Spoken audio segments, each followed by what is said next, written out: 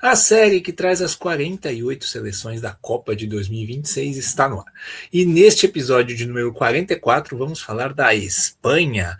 Afinal de contas, qual o provável time titular? Como que joga essa seleção, que é uma das principais favoritas ao título? Como chegam fisicamente os principais jogadores? Como é que foi esse ciclo? E vamos projetar essa Copa do Mundo de La Roja. Você está no canal Miguel Fortunato, Futebol de Seleções, seu lugar para ficar bem informado sobre as coisas da Copa do Mundo. Peço like, peço inscrição a todos vocês e agradeço a audiência muito grande que esse canal está tendo aí nos últimos dias, nesse pré-Copa do Mundo. Fico muito feliz da gente estar construindo essa comunidade para falar de futebol de seleções juntos, certo? Então vamos embora, vamos falar da Espanha, país de 49 milhões de habitantes, que é um dos principais centros do futebol, né? Tem uma das principais ligas e de uns tempos para cá a seleção, que era tida como uma grande pipoqueira, amarelona, apesar de ter grandes conquistas de Euro, né? Mas em Copa do Mundo tinha muita dificuldade. Até 2006 a Espanha não era tão respeitada nesse sentido, né? Mas a coisa mudou, né? 3 títulos seguidos ali de Euro e Copa do Mundo em 2008, 2010 e 2012 fizeram a Espanha ser muito respeitada, né? E com 17 participações em Copas do Mundo, a gente pode falar que é uma seleção bastante inconstante, né? Porque a gente tem eliminações em primeira fase, a gente tem campanhas muito boas, né?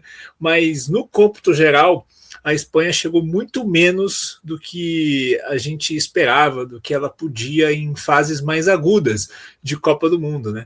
Vamos ver se a Espanha consegue fazer mais uma grande campanha para computar aí, não que não seja, mesmo que não seja título, uma final, uma semifinal. Faltam grandes campanhas ali fora 2010 para a Espanha em Copas do Mundo, e uma das decepções mais claras foi a última, né? A Espanha começa a Copa muito bem com o time do Luiz Henrique, goleando, e aí de repente apaga no torneio, né? Joga mal contra o Japão, perde o primeiro lugar do grupo e não consegue superar Marrocos nas oitavas de final. Então, essa falta de consistência que acompanha a Espanha por todo esse tempo. Mas aí quando a gente olha para o ciclo, a gente vê que é uma Espanha de altíssimo nível, né? Nenhuma das outras 47 pode se orgulhar de ter uma página dessa aqui no nosso guia, né? A eliminatória da Euro, 7 vitórias, nenhum empate e uma derrota, tá? No grupo que era o mais difícil daquela eliminatória, com Escócia e com Noruega. Uma derrota para a Escócia ali no começo, onde a Espanha jogou mal, ainda estava meio desinteressada, e depois navio de cruzeiro, passou muito bem pelo grupo mais difícil. Na Euro, a Espanha também caiu no grupo mais difícil, com Croácia, com Itália, e tinha a Albânia do Silvinho também, né?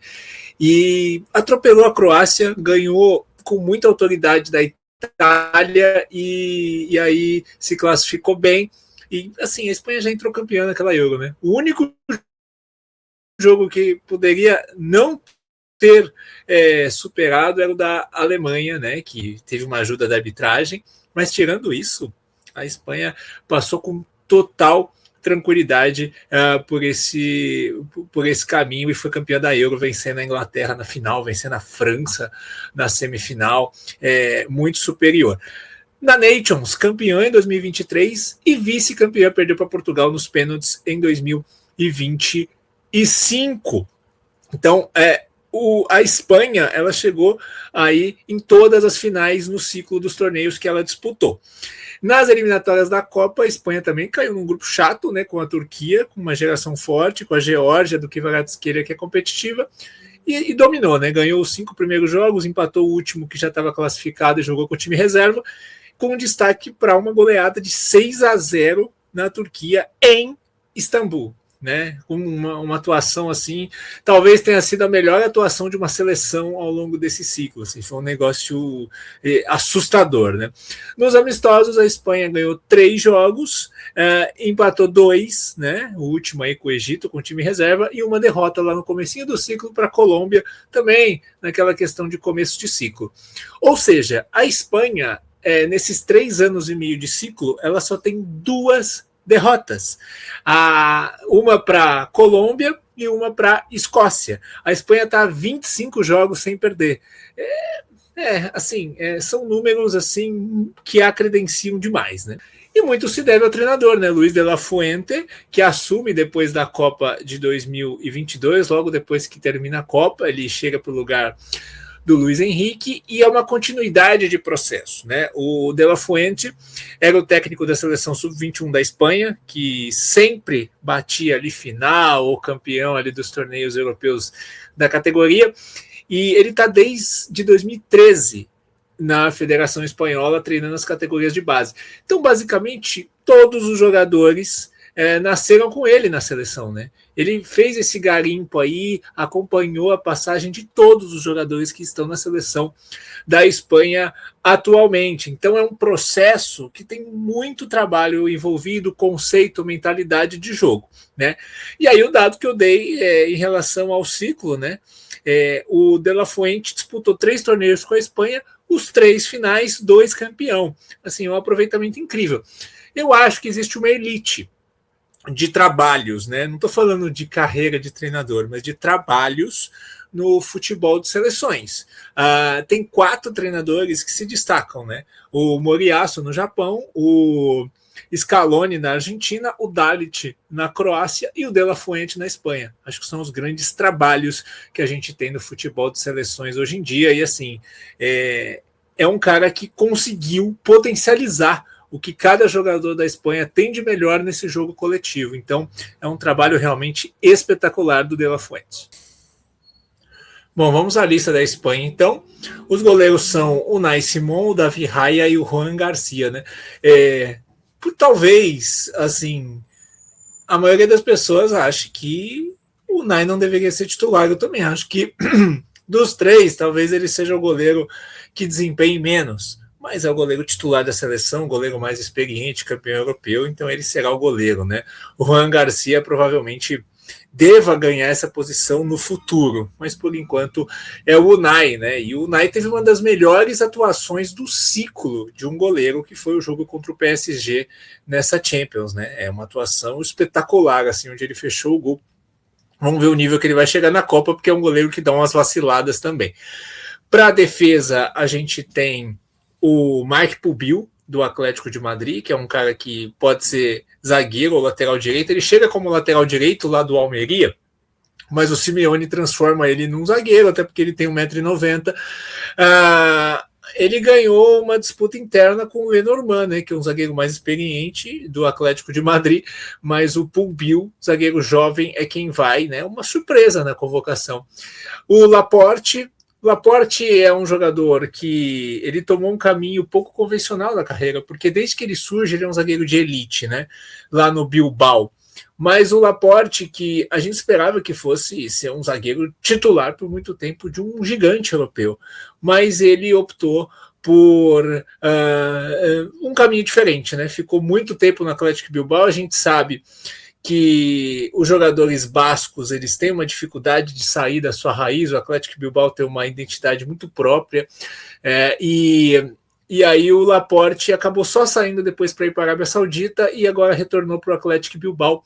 Mas não se engane, é um zagueiraço que, por fidelidade ao clube, joga no Atlético Bilbao, mas poderia jogar em qualquer outro clube, né? Temos o Llorente, do Atlético de Madrid, que é lateral direito e pode jogar também como volante ou como um meio campo aberto pela direita, dá uma versatilidade aí pro De La Fuente. O Pedro Porro, lateral direito do Tottenham, recuperado de lesão, né, o que é uma ótima notícia para a Espanha. O Cucurella, experiente lateral aí do Chelsea, de tantas competições, lateral esquerdo. O Eric Garcia, zagueiro do Barcelona, que também pode jogar nas laterais. E o Pau Cubarsí, de 19 anos, aí, uma das grandes revelações de La Masia, zagueirão do Barcelona, né, um zagueiro com muita qualidade construtora. Indo para o meio-campo, a Espanha leva Alex Baena, do Atlético de Madrid, meio aberto pela esquerda, né? Jovem de 24 anos, jogador de muita qualidade. O Alex Grimaldo, ele está aqui na minha lista como meia, mas o Grimaldo ele é lateral esquerdo, né? Que ele é um lateral esquerdo para um sistema de 3 zagueiros. Então ele é uma opção mais ofensiva ali para a lateral esquerda do que o Cucurella, né? Um lateral de corredor. O Fabian Ruiz, do Paris Saint-Germain, que se recuperou no finalzinho da temporada de lesão, né? Perdeu muitos jogos por lesão. É um dos melhores jogadores do mundo quando o assunto é controlar a bola no meio-campo. O Zubimendi, do Arsenal, que é titular da Espanha na maioria do ciclo, porque o Rodri ficou muito tempo machucado. Inclusive na Euro, que o Rodri machuca, ele assume muito bem o lugar, com muita personalidade, mas o Zubimendi teve uma queda na reta final de temporada do Arsenal, perdeu até a posição para o Lewis Skelly, né, na final da Champions, na reta final da Champions, mas eu acho que foi mais uma questão de muitos jogos, muitos minutos, e aí acabou oscilando para uma fase ruim, mas é um jogador de muita qualidade. O Mikel Merino também do Arsenal, que também está voltando de lesão, e essa é uma questão, como esses jogadores vão conseguir chegar fisicamente, porque é muito jogador voltando de lesão. O Mikel Merino, ele jogou muito tempo na temporada passada de falso 9 pelo Arsenal, um jogador que tem muita força para pisar na área, muito bom de cabeça, e é um jogador que dá muita força e potência no meio de campo. E as melhores atuações da Espanha tiveram o Merino como titular. Então, assim, é um jogador fundamental. Se ele estiver bem, é ótima notícia para a Espanha, né? Rodri, outro jogador que está voltando de lesão, ainda não é o mesmo Rodri de antes da lesão. Então, o Rodri estar bem é uma Espanha, o Rodri não estar 100% é outra Espanha. É importante ver o nível que ele vai conseguir desempenhar na Copa do Mundo. Porque, assim, ele bem, 100%, controlando o jogo, a Espanha começa a ficar num patamar muito difícil de bater, né? Dani Olmo do Barcelona, que pode ser falso 9, pode ser meia, pode jogar aberto, jogador que finaliza muito bem, muita inteligência para jogar. O Gavi está de volta, né, jogador de 21 anos do Barcelona, que era titular absoluto da seleção com 17 anos na Copa do Mundo de 2022, mas acabou perdendo espaço, não deu o salto de carreira que a gente esperava 3 anos e meio depois. Mas, assim, joga muita bola e o De La Fuente traz ele de volta para compor esse elenco. O Pedri, que é um dos melhores meias do futebol mundial, se não for o melhor, assim, joga demais, né?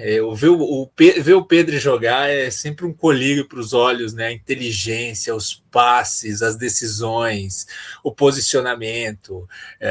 O Pedri está na prateleira de craque, né? Acho que só daqui a alguns anos a gente vai conseguir dimensionar o que joga esse menino, né, que é muito novo ainda. Aí na frente a gente tem os dois pontas, né, o Lamine Yamal e o Nico Williams. Os dois, assim, eles deram uma nova cara para a Espanha, né? Essa Espanha que sempre foi o time do toque de bola, o time que envolvia os adversários com posse, ganhou esses dois caras que trazem o drible, que trazem a verticalidade, a finalização, e isso tornou a Espanha um time de muitas armas. O problema é que o Lamine Yamal e o Nico Williams chegam com problemas de lesões para essa Copa. O Lamine Yamal já se sabe que ele vai perder os 2 primeiros jogos, então é um cara que está sendo preparado para o mata-mata e faz todo sentido, né? Porque não acho que a Espanha precise do Yamal para passar em primeiro do grupo e chegar no mata-mata. E ele tem que ser preparado para os grandes jogos mesmo, né? Mas tem que ver em que nível que ele vai estar fisicamente, porque é um cara que precisa da velocidade. E o Nico Williams também. O Nico Williams mal jogou nessa temporada, né? Ele mal conseguiu jogar. E vamos ver como que ele vai conseguir chegar, se recuperar para poder estar aí apto para jogar na Copa do Mundo. As outras opções de ataque, né? A gente tem aí o Borja Iglesias, que é 33 anos, centroavante do Celta, vai como essa opção do novão, né? Daquele 9 para o desespero. Não é muito a cara da Espanha, mas é sempre bom ter um jogador assim, né? Com 26 vagas. O Yeremi Pino, do Crystal Palace, que joga nas duas pontas, né? Jogador que brilhava no Villarreal e agora está jogando muito bem na Premier League. O Oyarzabal, que é outro caso parecido com o do Laporte, né? É um cara que ele é um dos melhores do mundo nessa função dele de falso 9. A questão é que ele não sai da Real Sociedad. É, parece loucura no futebol de hoje a gente falar de situações como essa, mas o País Basco traz essa peculiaridade. Os caras não querem sair de lá. É uma identificação muito forte, né? O Oyarzabal jogaria em muitos times grandes aí, muitos. Ele é muito inteligente para abrir espaço, para encontrar espaço, para gerar jogo, para finalizar e fazer gol. Assim, ele é fundamental no funcionamento da Espanha. Então, é um jogador que vai ter muito mano a mano aí, que quem não acompanha tanto o futebol internacional vai fazer e tal. Vai tratar o Oyarzabal como um jogador ruim, porque joga na Real Sociedad, mas quem acompanha mesmo sabe a qualidade dele, né? Tem o garoto Vitor Munhoz, né, que é uma revelação do Real Madrid, que está no Osasuna, que ganha essa oportunidade aí, como uma opção aí para segundo tempo, para jogar na ponta direita. E, fechando a convocação da Espanha, o Ferran Torres, que joga em todas as funções do ataque, jogador do Barcelona, um baita falso 9 também, né? Então é uma opção ao Oyarzabal, e também é uma opção para os dois pontas, né? Ele pode jogar em qualquer função ali, um jogador rápido, dinâmico e que serve muito ao sistema. Então é aquele cara que o treinador gosta, né? E que sabe fazer gol, finaliza bem, dá assistência. É um jogador que é sempre muito útil para a equipe. Bom, vamos ao campinho para a gente entender a Espanha. O Unai Simón é o goleiro, então, nesse 4-2-3-1, que a gente pode chamar de 4-3-3 também, né? Com o Pedro Porro sendo o lateral direito titular, tendo o Llorente como aí uma opção, né? O Llorente sendo um ótimo perseguidor para marcar pontas esquerdas, né? Um jogador de muita vitalidade. A zaga com Cubarsí e Laporte, uma zaga que constrói muito, ótima para ter posse de bola. O Cucurella do lado esquerdo, que também é um jogador ótimo para perseguição também, né? Ele é ótimo para perseguição e é um jogador que com bola também ajuda muito a construir. No meio-campo pairam muitas dúvidas. Quem vai jogar? É difícil saber. Rodri ou Zubimendi? Quem vai ter a melhor condição aí para poder começar jogando, né? E qual vai ser esse primeiro volante? Quem que ele vai colocar de segundo volante? Vai ser o Fabián Ruiz. Ele pode até tirar um Gavi aí de segundo volante, de repente, né? A Espanha não vai ter o Fermín por lesão, né? Que seria um nome muito interessante do Barcelona, o jovem que surgiu. Pode ser o Merino vai ter condição. A melhor versão da Espanha, na minha opinião, que faz a Espanha jogar bem, tendo Rodri, Pedro e Merino. Ou Zubimendi, Pedro e Merino, né? Porque assim, as melhores atuações do ciclo foi com Zubimendi, Pedro e Merino. É onde rende mais, porque você tem o Merino para atacar o espaço que o Oyarzabal abre. Então, assim, fica muito forte. Mas assim, eu acho que o médico vai ser tão importante quanto o técnico, né? Para poder escalar essa seleção. Você tem a opção de jogar o Pedro para segundo volante, colocar o Dani Olmo como meia também, depende muito do adversário, né?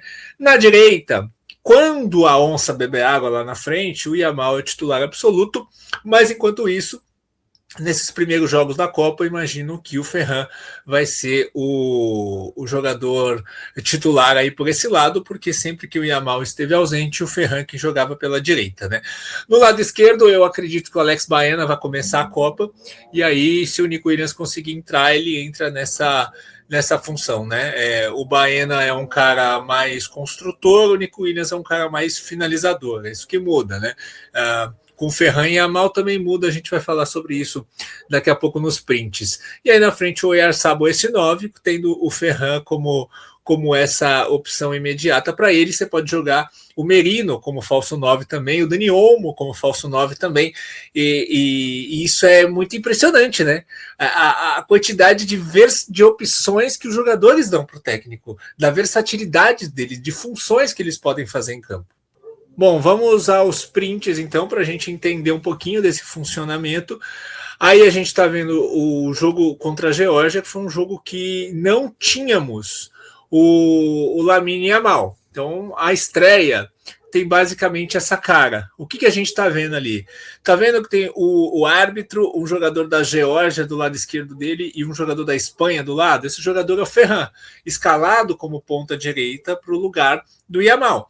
Mas Ele fica muito preso na direita também, claro, por conta da construção, do jeito do time jogar, né? Mas com o Ferran, você tem muito mais esse ataque para dentro. Ele é um cara que ataca mais para dentro e faz com que o lateral direito ocupe esse corredor.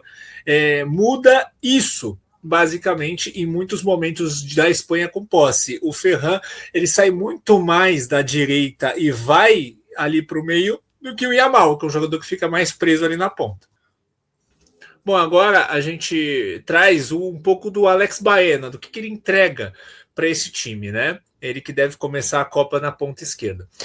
A jogada do primeiro gol da goleada contra a Sérvia tem o Yamal, começando ali a jogada pelo lado direito, ele faz o passe ali para dentro, o meia vai girar a bola para o Baena, que é o jogador de branco dentro da área. O Baena, ele ataca para dentro, puxa o lateral e faz o corta-luz para o Oyarzabal. O Oyarzabal recebe livre e faz o gol. Você vê, o Oyarzabal, que é o centroavante, está ali fora da área, o Baena atacando a área e tem um jogador de meio campo ali fazendo a função do 9. É uma engrenagem que gira muito e muito rápido e com muita eficiência. Agora a gente vê a construção com os dois, né? Com o Yamal e com o Nico Williams. Esse é o primeiro gol de um jogo que foi assustador também, né? Que foi a semifinal da Nations, Espanha 5, França 4, que assim, tava 5-1 para a Espanha, né? Uma vitória que tava. Que você olhava e falava, minha Nossa Senhora. Depois a Espanha baixou um pouco a intensidade e a França conseguiu reagir. Mas a gente olha nesse gol o Yamal construindo. O Yamal, ele constrói isolado, né, pelo lado direito. E tem sempre dois jogadores contra ele. Não adianta. Contra o Yamal, o adversário sempre vai colocar dois jogadores. E a Espanha sabe disso. Ele vem, ele carrega e ele encontra o espaço, né? E aí a gente tem o Nico Williams sempre atacando para dentro com o Oyarzabal e mais um jogador de meio campo. Pode ser o Pedri, pode ser o Dani Olmo, pode ser o Mikel Merino, fazendo esse trio dentro da área, sempre tendo jogadores ali fora da área para finalizar, o Cucurella vindo ali por trás também, e aí o lateral direito vira um apoio. Então é basicamente assim que a Espanha constrói, tendo Yamal e Nico Williams. O Nico Williams ele fecha muito mais como um segundo centroavante do que o Baena. O Baena é um cara que vai ajudar na construção. Bom, vamos projetar a Copa do Mundo da Espanha, que é muito promissora, né? A Espanha vai pegar Cabo Verde em Atlanta, Arábia Saudita em Atlanta, 2 jogos em estádio climatizado, fechado, sem esse problema do calor, podendo botar intensidade, né, contra 2 times que são muito inferiores. Então, tudo para fazer 6 pontos. E depois vai a Guadalajara, enfrentar a seleção do Uruguai. E aí é um jogo que já pode estar os dois classificados, ou então a Espanha classificada e o Uruguai valendo alguma coisa. Mas a Espanha também hoje é muito superior ao Uruguai. Aí no primeiro mata-mata, a Espanha pegaria o segundo colocado do grupo da Argentina. Pode ser que seja a Argentina, né? Mas a gente, pressupondo que a Argentina vai passar em primeiro, seria a Áustria ou a Argélia.